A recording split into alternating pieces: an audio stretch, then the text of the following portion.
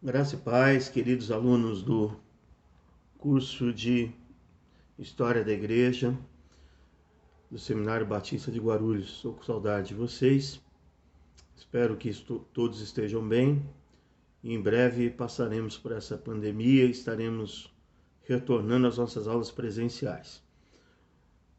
Mas eu quero rapidamente falar com vocês hoje sobre a nossa aula de número 12, que trata sobre o renascimento do imperialismo no Ocidente.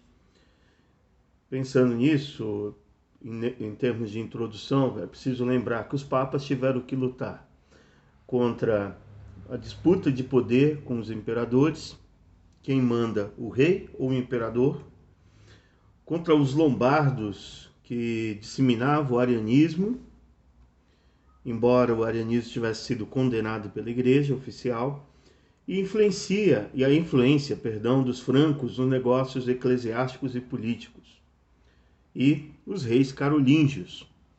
Então, diante disso, é preciso falar sobre a dinastia merovingia. A dinastia merovingia ela vai surgir primeiro como a questão da aculturação da Gália por César em meados do segundo século, que refletiu nos francos, que agora pede ajuda ao Papa. Então, os francos já tiveram contato com a fé cristã e tiveram contato com César, e através disso surge o primeiro grande imperador, que vai ser Clovis. Clovis, que vai reinar de cerca de 466 a 511, foi o primeiro líder a unificar os francos e a completar a conquista dos territórios que mais tarde seria a França. É claro que quando nós falamos em unificar, não quer dizer numa totalidade, mas ele tinha um domínio sobre todas as tribos dos francos. E assim ele anexou o território da Borgonha, ao casar com Clotilde, que viveu de 474 a 545. Ele unificou as tribos francas do reino e estabeleceu e deu uma estabilidade à região. Ele transforma então essas tribos em um reino, e esse reino ele dá uma estabilidade. Só que Clovis aceitou o cristianismo por influência da sua esposa e por ver no cristianismo uma ajuda para a guerra. Assim como Constantino viu na igreja um poder, Clovis também. Em 496, ano da aceitação do cristianismo, mudou a história dos francos e posteriormente da França, com reis defensores do papado. Então, os filhos de Clovis não tiveram a mesma habilidade do pai. Se o pai foi um estrategista, conseguiu um militar, conseguiu unificar as tribos, os filhos não tiveram a mesma habilidade. E com isso, o controle passa para as mãos de um funcionário do império conhecido como prefeito de palácio. Guardando as devidas proporções, seria como se fosse o primeiro-ministro. No Brasil, não teríamos uma figura representativa como o prefeito de palácio, que tomou as rédeas do governo. E ao tomar as rédeas do governo, esses prefeitos, eles criaram o que mais tarde vai ser conhecida como a dinastia carolíngia, por ser o seu maior líder, Carlos Magno. Mas é interessante observar que enquanto o poder do imperador Clovis cai, os seus filhos não têm a mesma habilidade, o prefeito de palácio já vão ser pessoas com mais habilidade, e um deles, que será Pepino de Heristal, e Pepino é o nome mesmo, não é apelido, não é título, mas era o nome. Pepino de Heristal foi o primeiro desses prefeitos de palácio ao reunir as posses divididas de Clovis, porque depois da morte de Clovis, os seus filhos ficam com as posses divididas, e ele vai unir essas posses. E de 687 a 714, ele controlou os francos para os degenerados descendentes de Clovis, enquanto os filhos de Clovis, que não tinham competência, viviam apenas desfrutando da posição real, da posição de imperador, de reis. O Pepino ele vai controlar os francos e vai dessa forma ganhar o respeito e a atenção. E uma das coisas que Pepino vai fazer, Heristal, importantíssima para que houvesse a dinastia carolíngia, vai ser tornar o prefeito de palácio uma posição hereditária. a ser preenchida pelos seus descendentes. Então, depois da morte de Pipino, seu filho ilegítimo, Carlos Martelo, assume a função. Em 714, tomou as funções de prefeito de palácio. Em 732, ele venceu os muçulmanos na Batalha de Tours. E essa vitória na Batalha de Tours vai fazer com que a igreja se torne serva do império. Porque agora ele chega para a igreja e cobra que ele protegeu a igreja, que ele cuidou da igreja. Então perceba que Carlos, ele não tem assim tanto questão de fé, mas sim uma questão de domínio. Tá? E a partir deste momento ele sujeitou então a igreja romana por ter salvo a Europa da invasão muçulmana, preservando o cristianismo ortodoxo. Nós não tivemos aula de vídeo semana passada, mas eu quero só salientar aqui, lembrá-los que vocês receberam os slides, mas quero salientar a vocês o seguinte: você tem o surgimento e o avanço do islamismo. E esse avanço do islamismo que começa em 600, ele só não entra na Europa, não conquista a Europa na época, por causa da Batalha de Tours. Essa Batalha de Tours ela é importantíssima historicamente, política e religiosamente, porque nessa batalha Carlos Martelo impede o avanço dos muçulmanos, do islamismo na Europa. E aí você tem os reis carolíngios. O sucessor de Carlos Martelo foi seu filho Pipino Breve, também conhecido como Pipino Grande, que reinou de 714 a 768. De 741 a 747, ele governou com seu irmão até o mesmo ir para o mosteiro.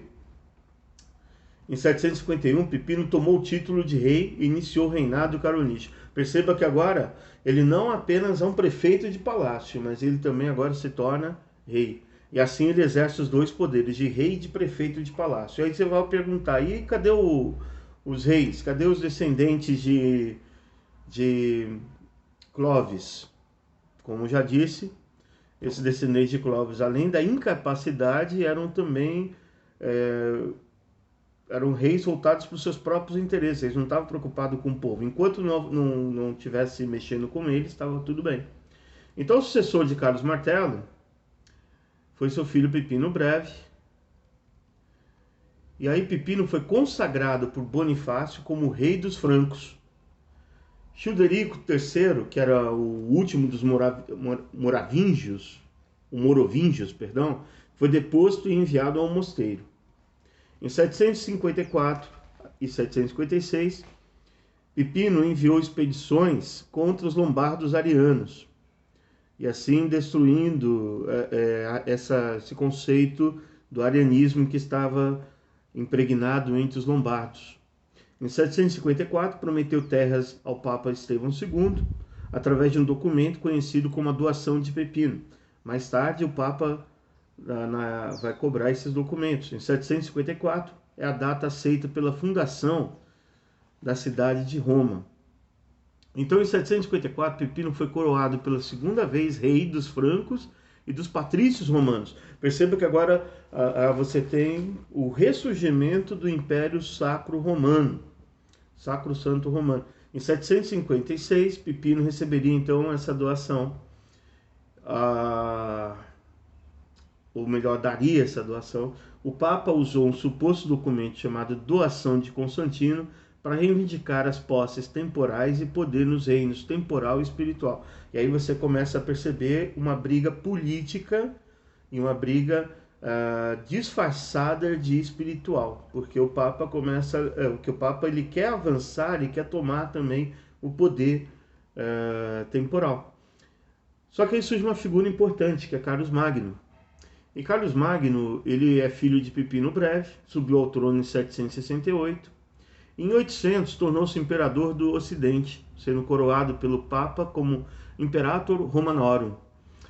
Por que isso? Carlos Magno foi um homem de guerra, apaixonado por caça, equitação, música e leitura, dedicado à religião sem envolver sua vida privada, mantendo concubinas com sua esposa legal no palácio. Ou seja, a religião para ele foi apenas uma forma de trabalho, não tinha a questão da vida privada, não se envolvia na vida privada.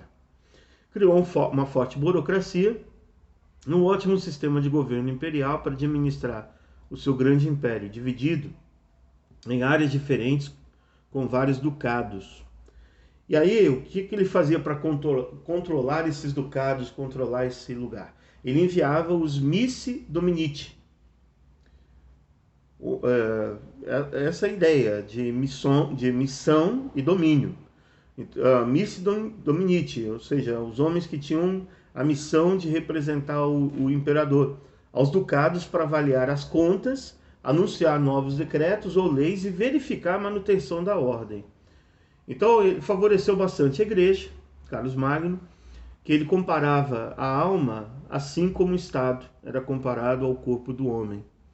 Então, em 774, ele reconfirmou a doação das terras feitas por Pipino ao Papa, em 756, mas, entretanto, ele cria que o dirigente da igreja não deveria contestar as decisões do soberano do Estado e que os bispos deveriam também se subordinar ao chefe do Estado.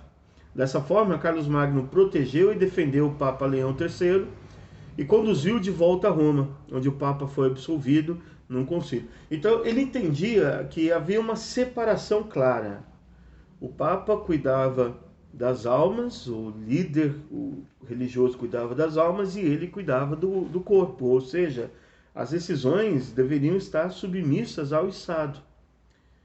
E uma das coisas que vai fazer com que ele tome esse poder é porque quando há uma acusação contra o Papa Leão III, ele vai defender o Papa, ele vai dar apoio e proteção ao Papa.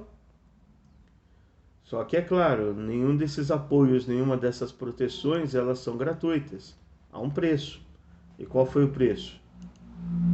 O preço vai ser o Papa reconhecer a Carlos Magno como o imperador dos romanos. E aí ele dominaria tanto a parte espiritual quanto a parte física. Então, em 800, numa missa na Catedral no Natal, em 25 de dezembro de 800, ele foi consagrado imperador dos romanos. Assim, o Império Romano ressurge agora com um imperador teutão no trono. A herança clássica e cristã se uniam agora no Império Cristão. Como já disse, Carlos Magno era um homem culto, mas ele vai dizer o que? A soberania espiritual universal do papado sobre as almas humanas tinha agora em sua contraparte no novo Império Romano, com a qual Carlos Magno dirigia o corpo dos homens.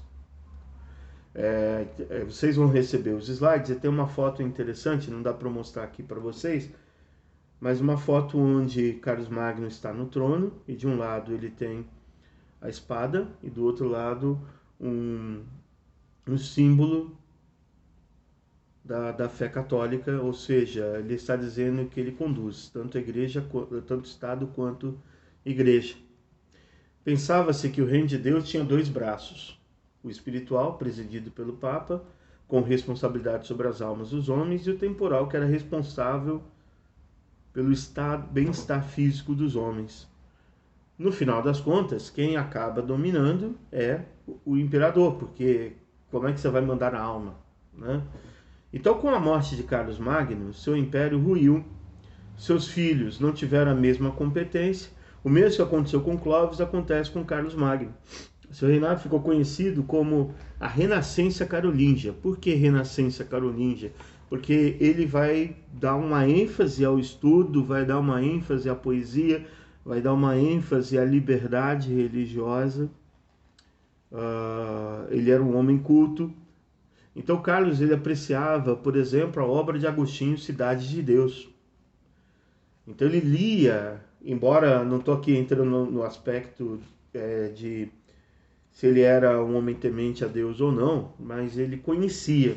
E sua coroação marcou a reconciliação e a união da população do velho Império Romano com seus novos conquistadores teutões. Então, Carlos Magno, como eu já citei, ele dizia na mão direita a espada representando o poder do rei, na outra um dos símbolos da igreja representando o poder espiritual. Dessa forma, Carlos Magno tentou unificar agora o Oriente com o Ocidente, num só império, no Império Romano.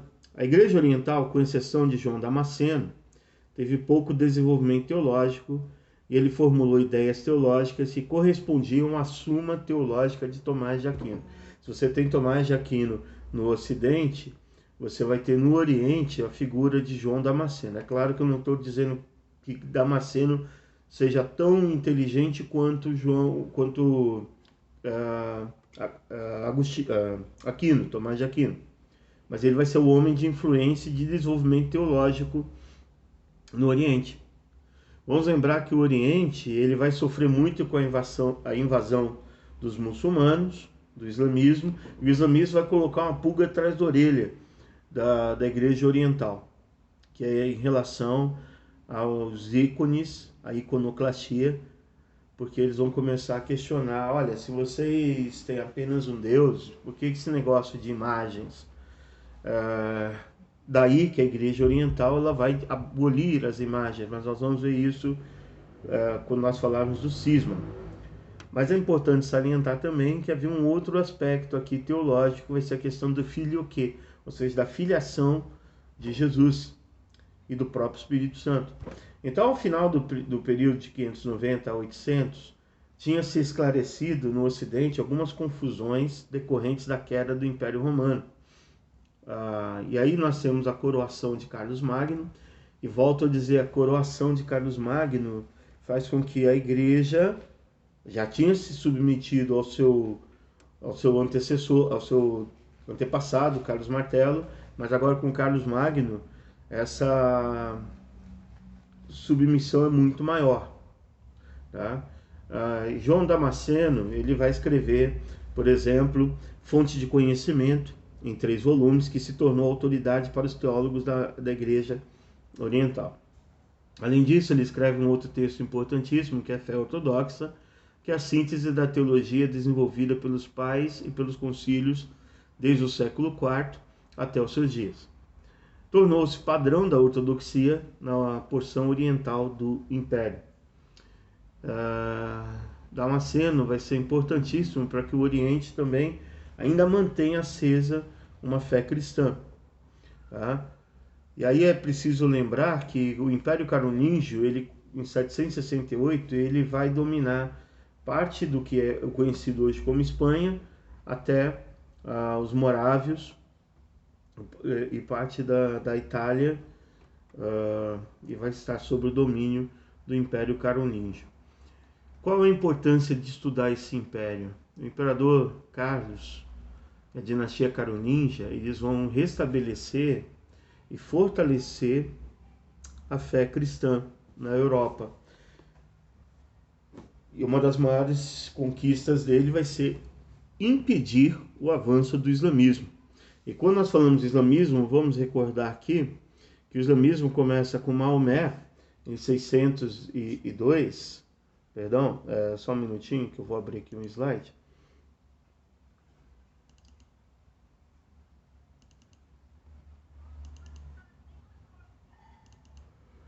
O islamismo cresce muito rápido. E por que ele cresce? Se a igreja está nos mosteiros,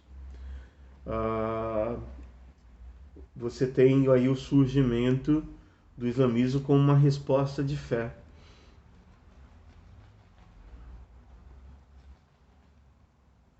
Em 732, como eu já disse, ele foi detido na Batalha de Tours.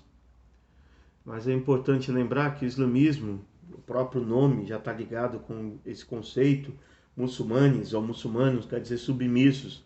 E eles vão ser motivados a ir para a guerra, primeiro pelo vigor de uma nova fé. Enquanto a igreja está retraída nos mosteiros, enquanto a igreja está nos claustros, o islamismo começa e divulga uma nova fé. Pela expectativa também, por que eles são motivados? Pela expectativa de realizar saques em nome da religião, em nome de Deus. E pelo zelo de converter os incrédulos à sua fé. Como resultado, eles espalharam rapidamente da Arábia para o norte da África, Ásia e mesmo para a Europa através da Espanha. Só que, como eu já disse, eles não invadem a Europa toda por causa de Carlos martelo na Batalha de Tours. A última das três religiões monoteístas vai ser o islamismo, fundada por um líder pessoal de nome Maomé, e Maomé se identifica como profeta de Deus, dizendo que tanto o cristianismo como o judaísmo se perverteram, se corromperam, e que era necessário o estabelecimento de uma fé monoteísta que defendesse Deus. Então os muçulmanos acabaram com a igreja no norte da África e enfraqueceram em outras regiões do continente africano. Em 1453, eles provocaram a queda do Império Oriental e colocaram a Igreja Oriental sob o controle maometano. Então teve sua origem na Península Árabe, surge dentro do conflito das tribos beduínas que cultuavam a pedra negra chamada de Caaba, na cidade de Meca. E Maomé, então, ganhava a vida como condutor de camelos. E numa viagem para a Síria, ele teve contato com o cristianismo e com o judaísmo. Então, as semelhanças que há no islamismo se dá também porque ele bebeu nessas duas fontes. Até que ele casou-se com uma viúva rica chamada Khadija e pôde se dedicar às suas meditações religiosas. Em 610, ele sentiu um chamado divino para proclamar o monoteísmo. Em 613, é interessante observar que ele conseguiu 12 convertidos, e a maioria da sua própria família. Em 622, por sua pregação contrária à idolatria, foi forçado a fugir de Meca para Medina. Essa fuga ficou conhecida como a Hégira e tornou-se o primeiro ano do calendário muçulmano. Em 630, o movimento crescerá tanto que Maomé conseguiu conquistar Meca. Em 632, após a sua morte, seus seguidores estavam prontos para expandir além da Península Árabe.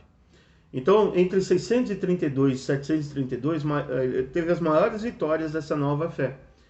Em 638, para vocês terem uma ideia, a Mesquita de Omar foi erguida em Jerusalém.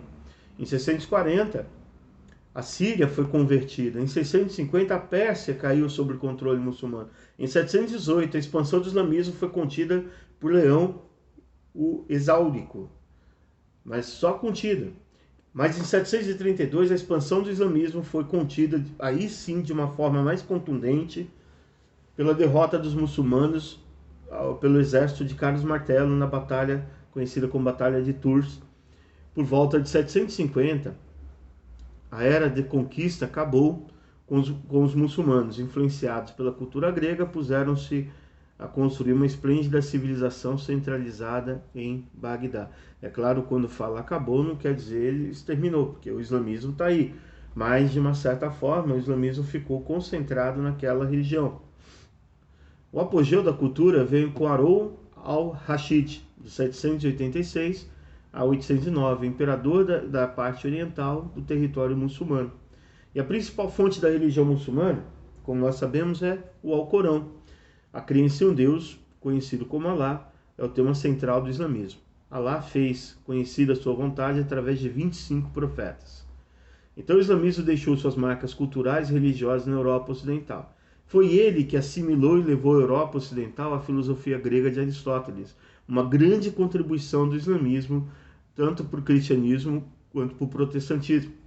As porções oriental e ocidental da igreja se enfraqueceram com perdas pessoais e territoriais para o islamismo. Perdas: a sólida igreja do norte desapareceu. O oriente, a igreja oriental, a Terra Santa e o Egito foram perdidos. Consequência: a atividade missionária, exercida principalmente pela igreja ocidental, centralizou-se no noroeste da Europa. E aí o Oriente, a igreja oriental teve de enfrentar o problema do uso de imagens, da iconoclastia, devido à acusação de idolatria pelos muçulmanos. Em contrapartida, o enfraquecimento da igreja oriental, você tem o fortalecimento do bispo de Roma. E os patriarcas caíram sob o domínio islâmico, enquanto o Papa fortalecia a sua posição. Então, meus amados irmãos, nós vamos entender que o Império Carolíngio ele vai ter essa importância porque ele impede o avanço do islamismo na época. E aí, agora digo eu e não a história, mas conjecturo que se o islamismo tivesse vencido a Batalha de Tours, toda a Europa teria sido islamizada e, consequentemente, a América também seria totalmente islamizada. Fica aqui nossa videoaula. Eu espero que você assimile, leia o livro. Vou encaminhar os slides para vocês. Espero que todos estejam bem. Se houver alguma dúvida, alguma pergunta, vocês podem entrar em contato que eu responderei o mais rápido possível. Desejo a todos vocês uma noite abençoada. Eu vou estar subindo esse vídeo, não sei que hora que ele estará disponível para vocês, mas à noite eu creio que ele já estará com vocês. Que Deus abençoe a todos, fiquem na paz do Senhor, que excede a todo e qualquer entendimento. Deus abençoe, meus amados.